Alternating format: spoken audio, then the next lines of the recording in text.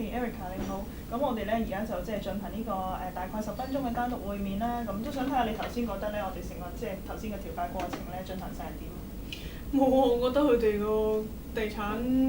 佢哋間地產鋪根本都冇誠意傾嘅。頭先一路都係一味就話唔配，咁其實我唔覺得佢哋今日應該都有嘢傾出嚟咯。係啊。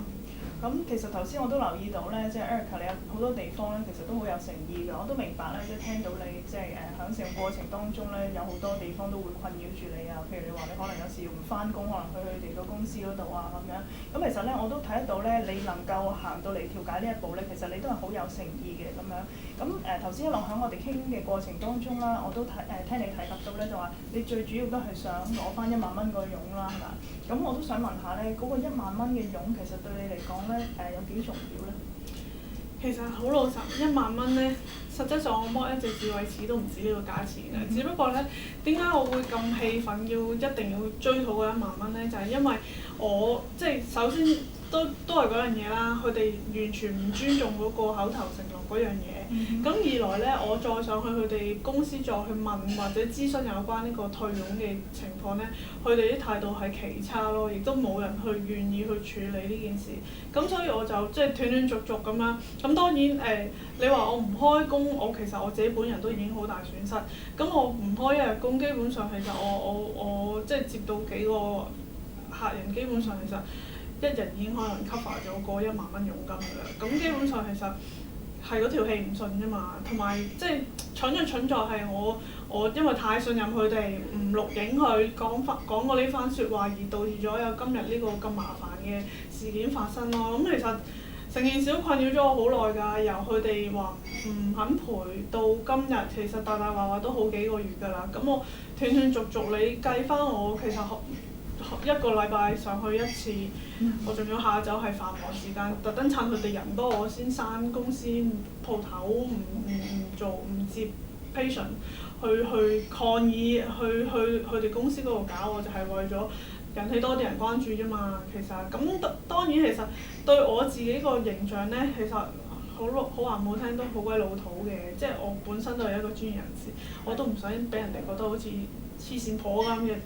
日大吵大鬧就係為咗1萬蚊，但係純粹成件事就係我唔憤氣，佢哋原來即係佢哋公司啊係可以縱容啲同事係咁樣講大話去生意咯，咁咯。咁似乎聽落Erica 成件事嗰個原來你背後嗰個原因咧，就唔係話真係為咗嗰1萬蚊嘅，而係話你都係好尊重法律嘅精神，即係你認為口頭承諾都係承諾啦，佢哋應該即係尊重嗰個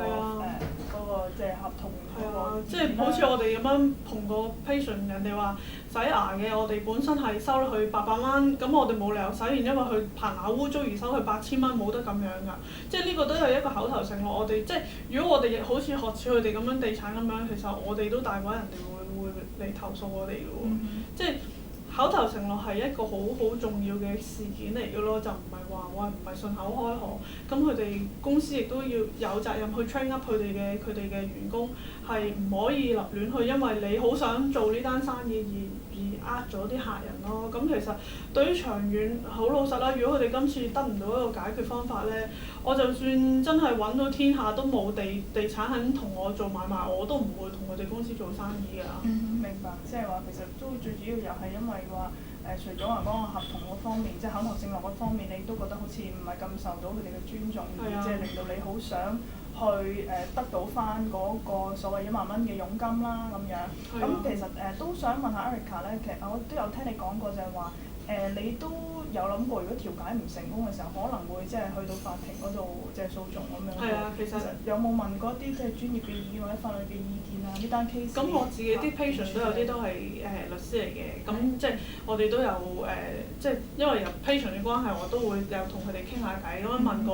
問過做律師嘅 patient，佢哋都講過，因為其實我只不過係追討1萬蚊啫，咁5萬蚊樓下嘅追討咧，其實都要去小額前就係審裁處嘅，咁即係等於我唔可以請律師，咁又係要我自己本人去出席嗰個聆訊，咁可能又要花好幾日時間，咁基本上我得唔到即係幫手之餘，我又要即係將公司又係 close 幾日去聆訊咁啊，其實又係花時間兼且麻煩，我亦都唔想咁樣嚇。咁所以其實你話會唔會去到訴訟咧？其實我講下嘅啫，我都唔想即係鬧到上法庭咁麻煩。但係我就嚇下佢哋，睇下佢哋有啲咩反應咁樣解嘅啫。嗯哼，即係其實聽過一啲嘅法律意見都認為，即係擺就擺唔到上去法庭啦，最多都係少話錢債處咁樣。咁啊，聽 Erica 你講都即係知道話，可能會都影響你自己嘅業務啦，同埋都會令到你要騰出好多私人嘅時間去做翻呢一樣嘢嘅。係啊。係。咁有冇即係諗過啦？其實即係如果今日調解唔成功啦，最壞嘅情況咧會係點樣？冇㗎，其實如果你話唔成功，可能即係我之後我都唔會再花時間去咩嘅，我最多即係再進一步，我可能都登報紙或者係上雜誌。咁講完如果都冇反應嘅話，其實我都唔可以做得啲乜嘢㗎啦，因為我真係唔可以因為嗰1萬蚊而長期咁樣同佢糾纏落去。其實即係我自己都好攰啦，又唔想再因為咁少嘅事而去煩。咁其實我始終都係嗰句，希望佢哋公司有誠意去為呢件事去解決。即係佢哋如果都覺得自己係有，即係公司嘅員工都係有錯嘅話，我覺得其實佢哋都應該要邁進一步咯，有啲方案俾我去睇下係咪可行咯。就其實我都唔會想話再搞得太耐㗎啦呢件事。嗯哼，咁 Erica 你意思就係話，如果調解唔成功，最差嘅情況就係話你可能需要去到報館啊，做一啲登報啊咁嘅情況啦。同埋你都需要係即係譬如你頭先講過話，可能要唔開鋪啊，去到佢哋嗰個即係地產商嘅鋪頭嗰度就即係要抗議下咁樣。咁呢啲會唔會都為你帶嚟一啲成本？會啊。嗯哼，咁即係話最壞嘅情況就唔單止係調解唔成功啦，咁你都即係冇辦法上法庭嘅情況底下，你覺得你會即係進行登報啊，又要可能閂咗診所啊，都會涉及一啲成本嘅咁樣。嗯。咁如果你頭先講過咧，就係話你可能有機會會上庭啦咁樣，你覺得俾你上庭打官司嘅話，你贏咗之後最好嘅情況會點樣？最好啊！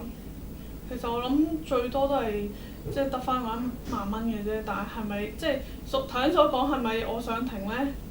都要係要閂門㗎啦？我公司咁其實係當你3日嚟計啦，贏咗輸咗都好，嗰3日我一定要閂門㗎啦。咁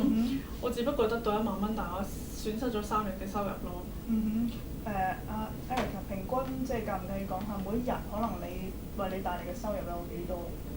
咁如果你話當係全日洗牙，我收到7個客人咁講啦，一個客人頭先咁講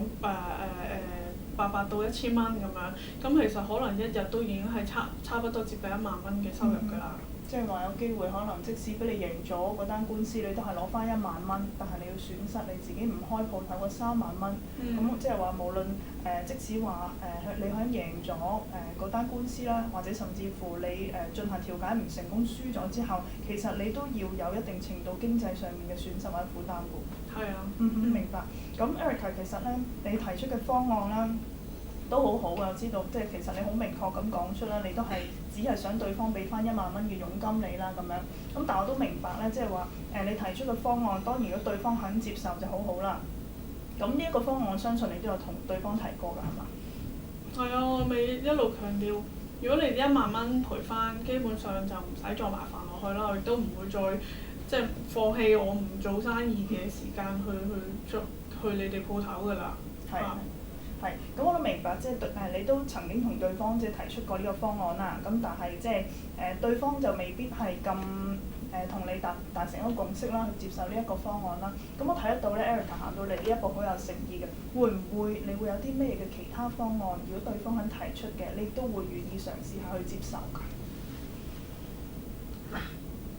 例如咧，你覺得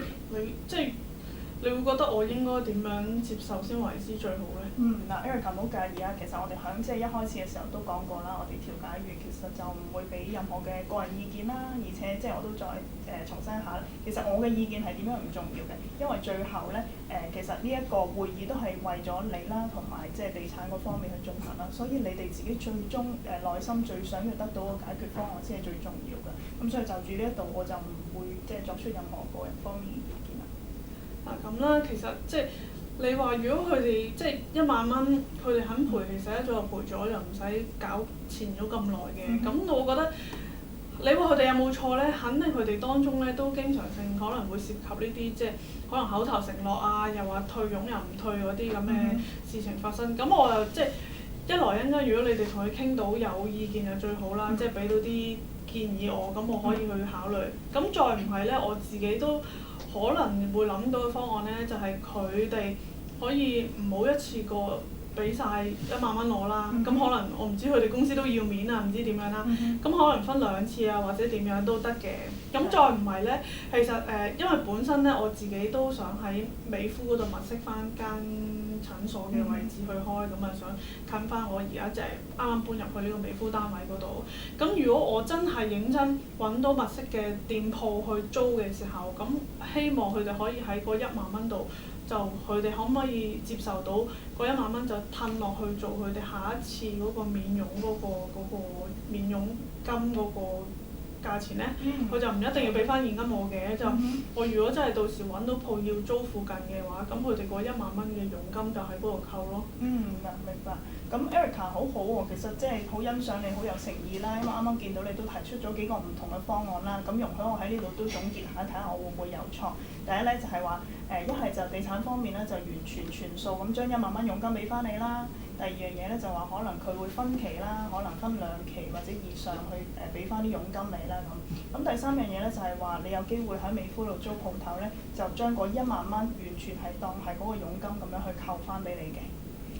但係若果我揾唔到鋪嘅話咧，佢哋都係要退俾我嘅，即係就頭先所講，一係就一次過，一係就分期性。咁我希望佢哋嗰個，就算我唔係租鋪，即係租唔到鋪嘅話咧，最耐都唔好多過1年咯嚇，因為其實呢件事已經糾纏咗好一段時間啦。我諗1年內退晒所有佣金係最耐嘅，我可以俾佢哋嘅極限咯。有冇話分幾多期啊？1年之內？咁其實10000蚊唔係一個大嘅數目，我諗最多2期至3期其實最頂籠㗎咯。好嘅，即係2至3期啦，1年內就將嗰10000蚊都即係退回俾阿 Erica 你啦。咁其實咧好好啊 Erica，多謝你呢幾個即係方案啦咁。但係你放心，喺未得到你同意嘅情況底下咧，我絕對應該係唔會向李小姐咧係透露你啱啱咧同我所講過嘅一啲意見或者方案啦。咁當然如果最好嘅做法就係話我哋一陣間再坐埋一齊聯席會議嘅時候咧，你能夠直接將你嘅意見咧同對方去交流嘅。咁嚟緊咧你同李小姐頭先嘅情況一樣啦，都會大約 take 一個 break 啦咁樣。咁喺放 break 嘅期間咧，你都有相同權利啦。第一，你可以去休息啦；另外，你都可以咧尋求一啲法律嘅意見啦，或者係專業嘅意見嘅。甚至乎，如果你再諗到一啲方案係可以一間聯席會議嘅時候再傾下嘅，你都可以嘗試去諗下嘅。係啦。咁就住呢一度，你會唔會有任何嘅補充？暫時都冇啦。好，咁我哋一陣間又轉頭我又會打電話俾你啦。好啊。